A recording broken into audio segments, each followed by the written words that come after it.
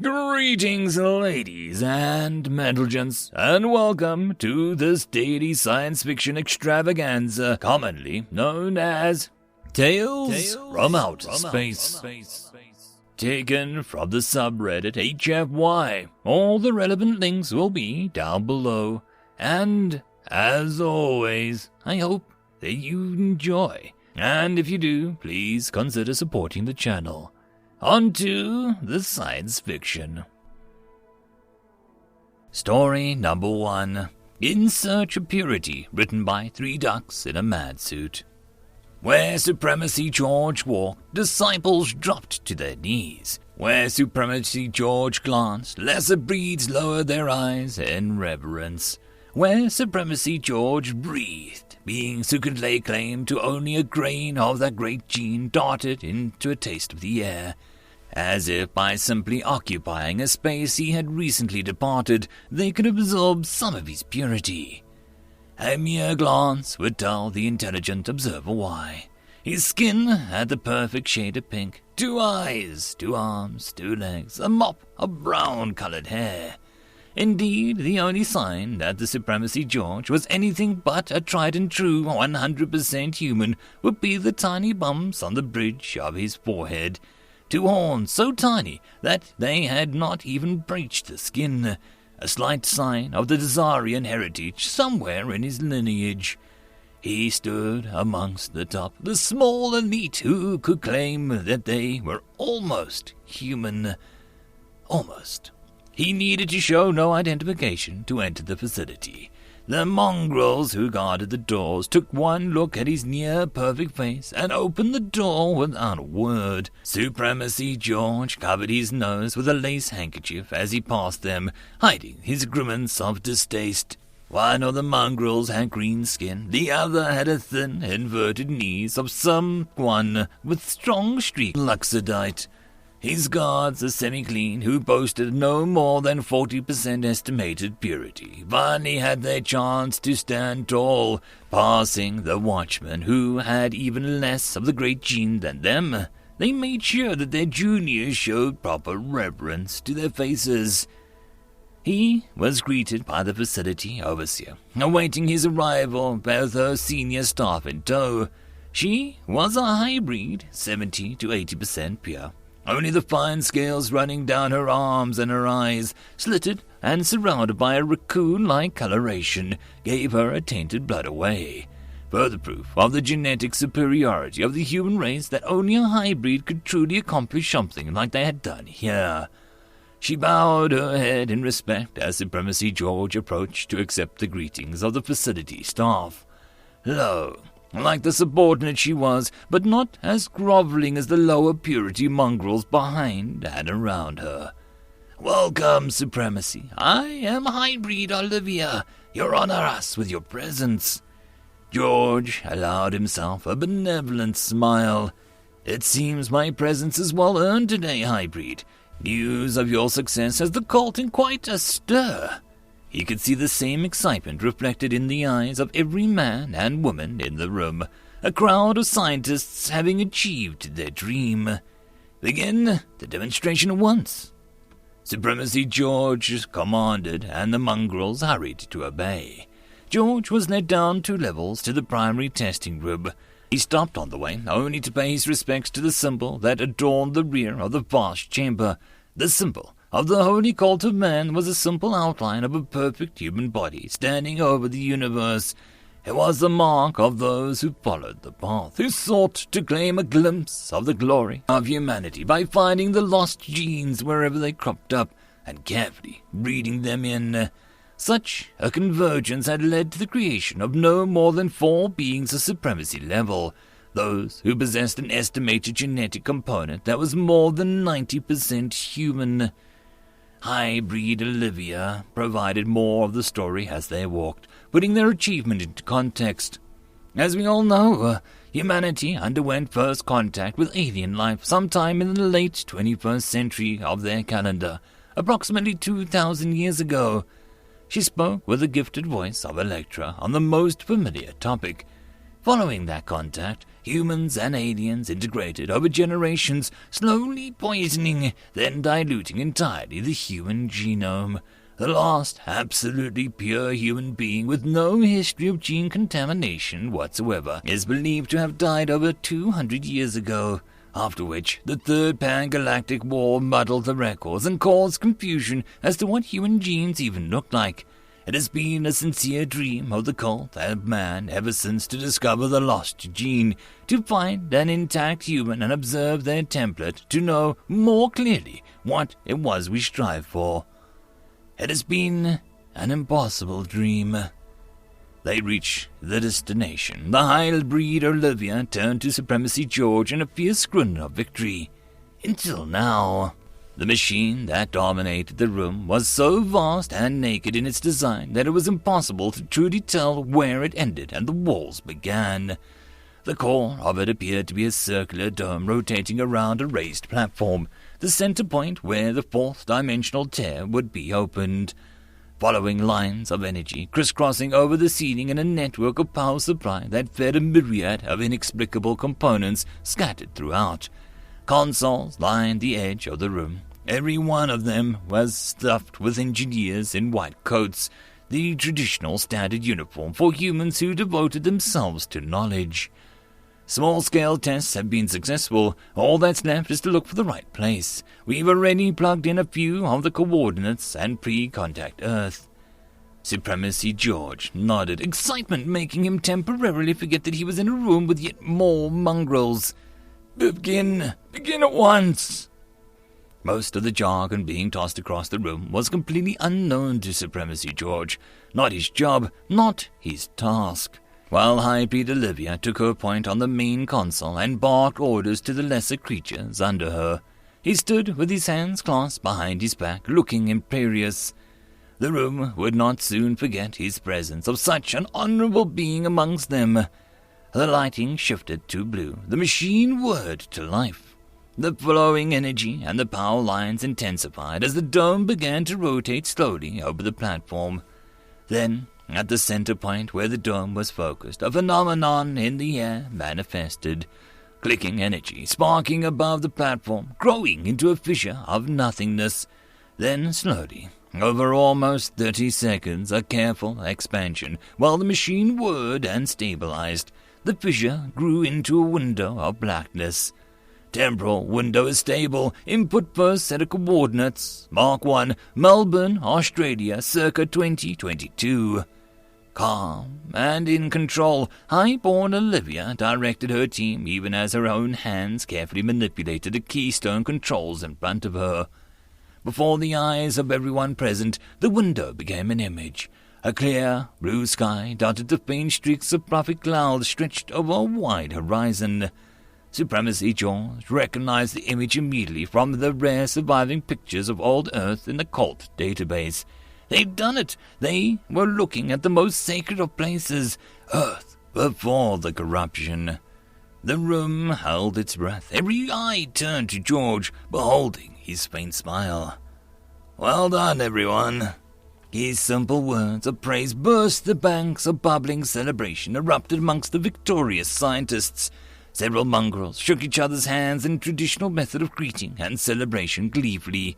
They bowed to the hybrid Olivia and Supremacy George, a less tactile method from old Earth, as, obviously, they were not permitted to touch beings of higher purity than themselves. George didn't take his eyes off the scene the entire time. Old Earth. Just looking at it, he could feel his breath quicken and his blood boil with excitement. It would make history this day. Okay, I want to perspective adjusted. Give me a view of the Earth below. Olivia said smoothly, taking control of the situation back, and dispatched the new instructions to her subordinates. After much fussing and manipulation of fine controls, the view through the time portal shifted downwards, changing from a view of the sky to one of an ocean. Clear blue waters that seemed still from the viewing altitude. Supremacy George nodded with all the serenity of an angel. Yes, from the old maps he had read, Melbourne was supposed to be coastal. The perspective shifted again, laterally this time, and land came into view. For the first time, the cultists lay eyes on the real city of man. Not some historic recreation from the great archives, not a hazy surviving image reconstructed from old Earth. An actual city. It was sprawling, tall buildings reaching for the sky at the core of habitation, stretching out in every bit of land in the area. Boats crowded the water. The time window had given them a view of some time around mid-afternoon. The sun was low on the horizon, lengthening the shadows, yet activity still buzzed within the sprawling city. They zoomed in, closing up on the many streets. The cultists got their first view of actual humans. Humans. Real men and women of the human race before first contact. A whole world of people with guaranteed 100% pure genes. Supremacy George felt his eyes sting. Was he going to cry? Excellent. Only humans could cry. It was a trait not shared by any other sentient race. Only those with a very high purity could perform the action. It was one of the ultimate status symbol. There, the one on the balcony. Bring us in closer to her. Let's have a look. The image sharpened and approached a particular building. Its extension of the structure contained a small platform adorned with chairs and a table. An open door revealed a modest but comfortable living area. On the balcony lounged an adult human female. She was adorned in light clothing, leaning back on a long chair halfway in the sun.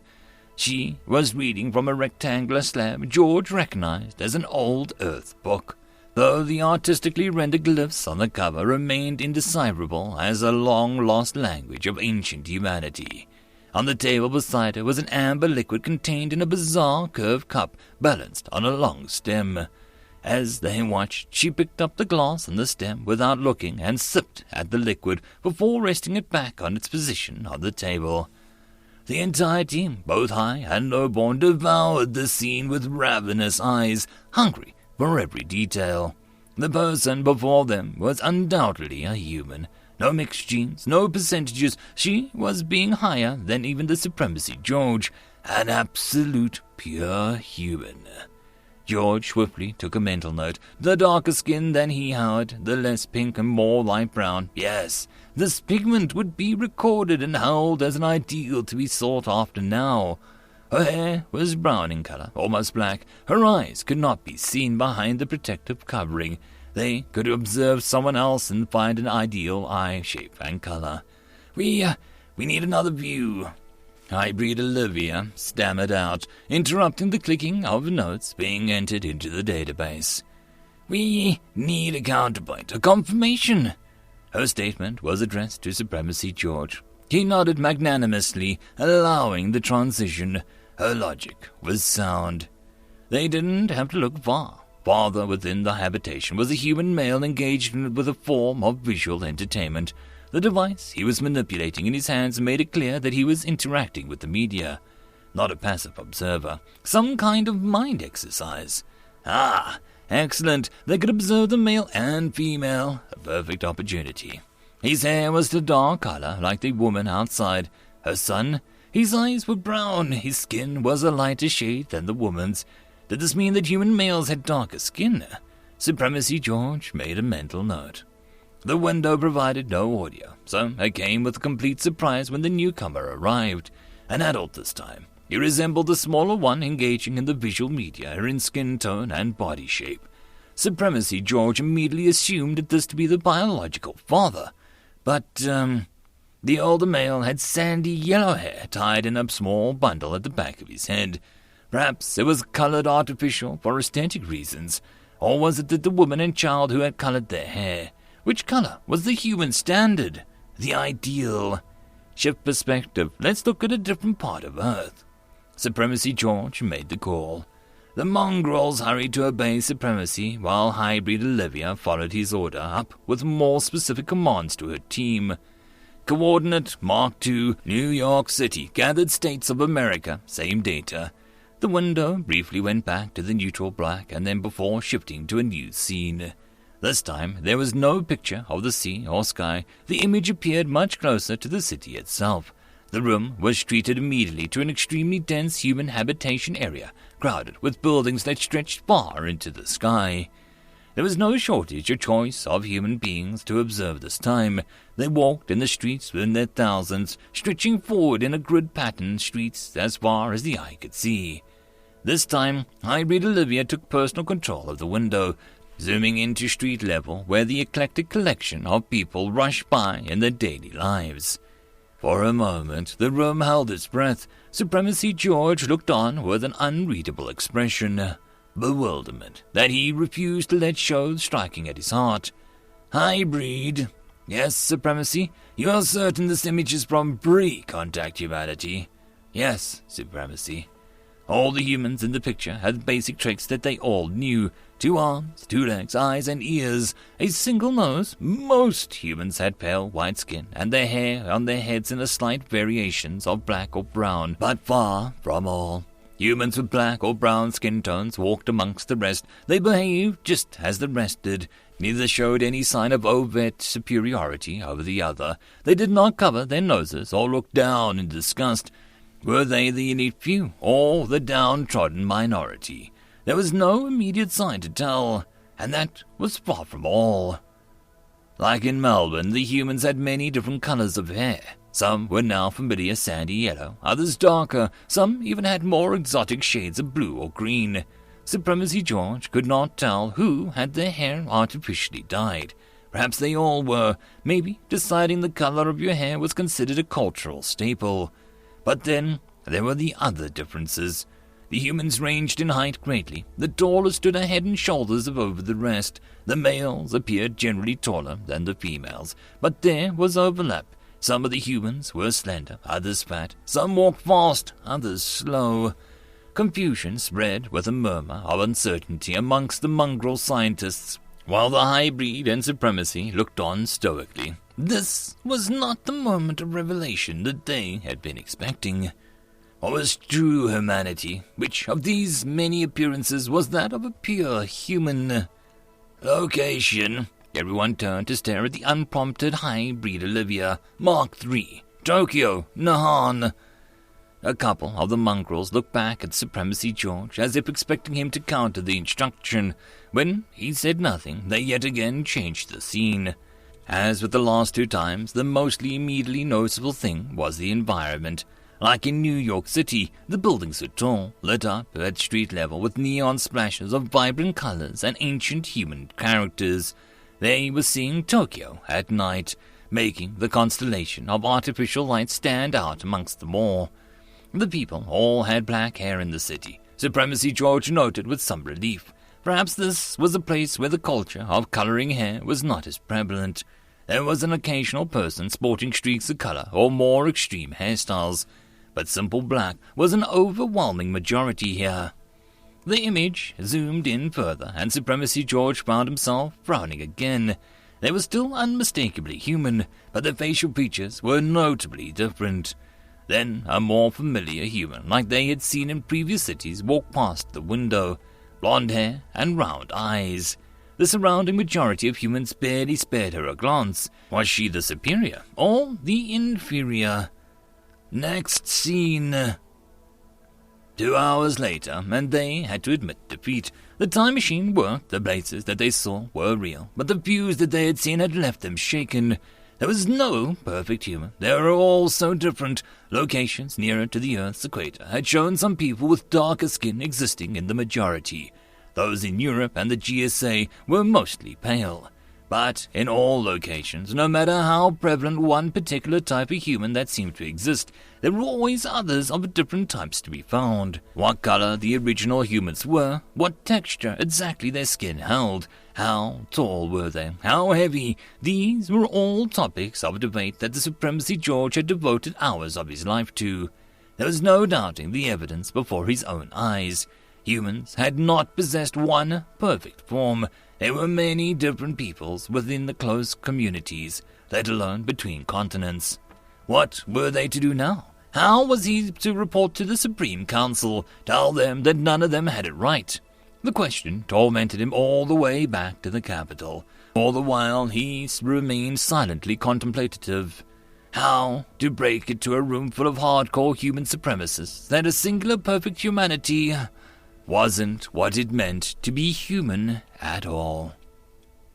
End of story. And that, my friends, concludes this dose of science fiction fun. I hope that you enjoyed. And if you did, please don't forget to support the author from the link down below. But if you want to support this channel, there are links as well down below for you to help with. But the easiest way would be to share this video. And if you are so inclined, subscribe as well. I will see you all in the next episode, and I hope that you all have a fantastic time until then. Cheers.